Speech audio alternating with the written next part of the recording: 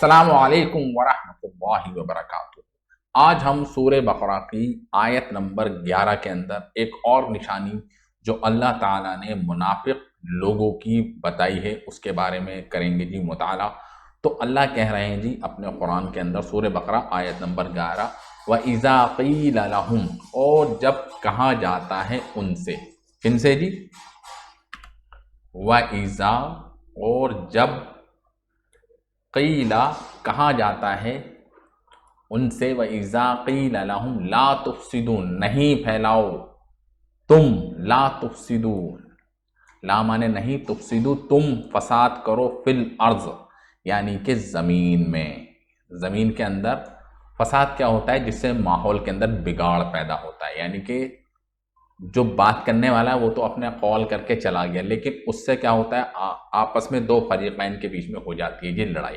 تو ظاہری طور پہ فساد کا مطلب یہ نہیں کہ آپ ایک دوسرے کو مار رہے ہیں، یعنی کہ آپ نے اپنی بات کے ذریعے، اپنے قول کے ذریعے کچھ ایسی بات کہہ دی جس سے کیا ہوتا ہے کہ ان دونوں فریقین کے بیچ میں لڑائی ہو جاتی ہے، فساد ہو جاتا ہے، اور فساد قتل سے بڑا گناہ ہے۔ قتل تو کیا ہے کہ ایک بندے نے دوسرے بندے کو مارا، ٹھیک ہے، لیکن فساد جب پھیلتا ہے تو جب اس کے اندر قتل عام ہوتا ہے۔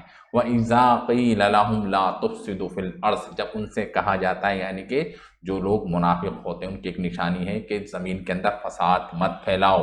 قَالُوا إِنَّمَا نَحْنُ مُصْلِحُونَ، کہتے ہیں کہ ہم ہی تو ہیں جو ان دو فریقین کے بیچ میں صلح کی بات کرتے ہیں۔ مصلحون فساد کا الٹا ہے، یعنی کہ صلح کرنے والے، ٹھیک ہے، لیکن اللہ ان کو کیا کہہ رہے ہیں؟ یہ تو فساد پھیلانے والے ہیں، لیکن وہ اپنے منہ سے کیا کہہ رہے ہیں؟ نہیں، ہم تو صلح کرنے والے ہیں۔ وہ کیسے؟ کیونکہ جب مکہ سے جب مدینہ کے اندر ہجرت کر کے چلے گئے آپ صلی اللہ علیہ وسلم اور صحابہ اکرام، تو وہاں پر آپ دیکھیں یہودیوں کا غلبہ تھا جی، کہاں پر؟ مدینہ کے اندر۔ تو بات ہو رہی تھی کہ ہاں جی جہاد ہوگا، جنگ بدر، ٹھیک، جنگ احد، تو اس کے اندر آپ دیکھیں کہ دو فریقین آپس میں جنگ کے لیے اتارو ہو، کیونکہ آپ صلی اللہ علیہ وسلم نے کہہ دیا کہ ہاں جی جنگ مسلط ہونے والی ہے۔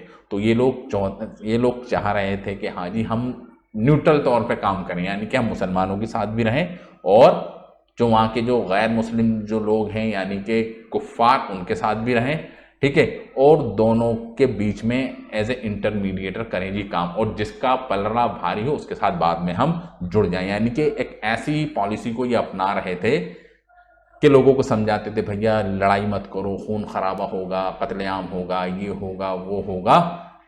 تو اس سب کے بعد اللہ تعالیٰ کہہ رہے ہیں جو قرآن کے اندر، لیکن ان کا جو یہ عمل تھا اس سے اور بھی زیادہ فساد ہو رہا تھا، کیونکہ وہ اللہ تعالیٰ کے جو احکامات ہیں آپ صلی اللہ علیہ وسلم کے ذریعے سے ان کو نہیں مان رہے، تو کہنے تھے ہم تو صلح کرانے والے ہیں، آپ کیوں لڑائی لڑ رہے ہیں، آپ کیوں جنگ لڑ رہے ہیں، آپ ایسے بیٹھ کے مسئلے کو حل کر دیجئے۔ لیکن ان کے اندر ذہنوں کے اندر کچھ اور ہی چل رہا تھا۔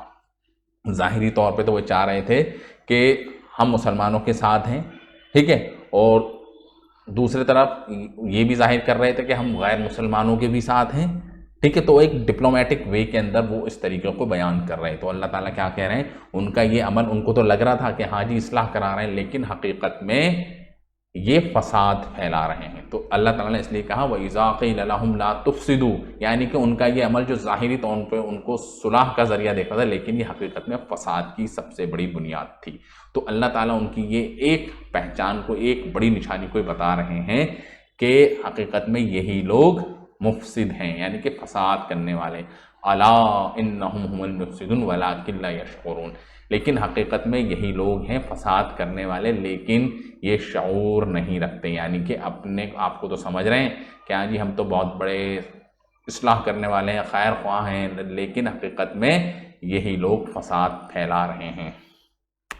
تو یہ ان کا یہ جو عمل ہے ظاہری طور پہ یہ فساد کی مین جڑ ہے، یعنی کہ کرپشن پھیلا رہے ہیں، ایک دوسرے کو ظاہری طور پہ تو کہہ رہے ہیں کہ ہاں جی ہم صلح کرا رہے ہیں، بچولیے بنے ہوئے ہیں، غیبت کر رہے ہیں، یہاں سے کچھ کہہ دیتے ہیں جی، وہاں سے کچھ کہتے ہیں، وہاں کچھ کہتے ہیں جی، پیٹھ پیچھے کچھ کہتے ہیں، تو اس سے کیا ہو رہا ہے؟ فساد ہو رہا ہے۔ یعنی کہ یہ بھی تو کہتے ہیں کہ چغلی کرنا بہت بڑا گناہ ہے۔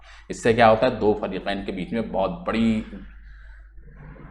کہہ سکتے ہیں جی دشمنیاں پیدا ہو جاتی ہیں۔ تو اللہ تعالیٰ ہم کو بھی ان چیزوں سے دور رکھیں اور اپنے آپ کو بھی خود ہم مطالعہ کریں، کیا یہ صفاتیں ہمارے اندر تو نہیں آ گئی؟ ظاہری طور پر ہم بھی کہتے ہیں کہ ہم ایمان لے آئے، ٹھیک ہے، اللہ پر اور اللہ کے نبی کے اوپر اور آخرت کے دن پر بھی، کیا ہم اپنے اس عمل سے دنیا کے اندر فساد تو نہیں پھیلا رہے ہیں؟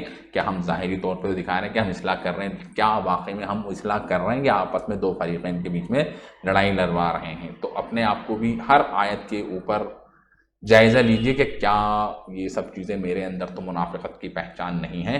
تو اللہ تعالی ہم کو بھی معاف کرے، اور اللہ تعالی اس قرآن کے ذریعے سے لوگوں کو ہدایت بھی دے رہا ہے، اور اللہ تعالیٰ سے ہماری دعا ہے کہ جتنے بھی دنیا کے اندر لوگ ہیں وہ بھی قرآن کو سیکھیں اور سمجھیں اور قرآن کے اوپر کریں جی عمل، اور قرآن جو جو چیزیں کہہ رہا ہے مکمل طور پہ اپنی زندگی کے اندر لے کر آئیں اور خود ان پر عمل کریں، اور دوسروں کو اس آیات کی کیا کرنی ہے جی؟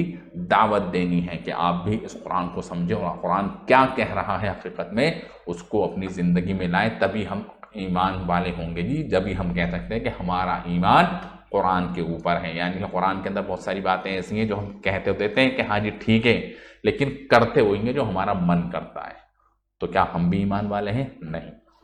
تو السلام علیکم ورحمۃ اللہ وبرکاتہ۔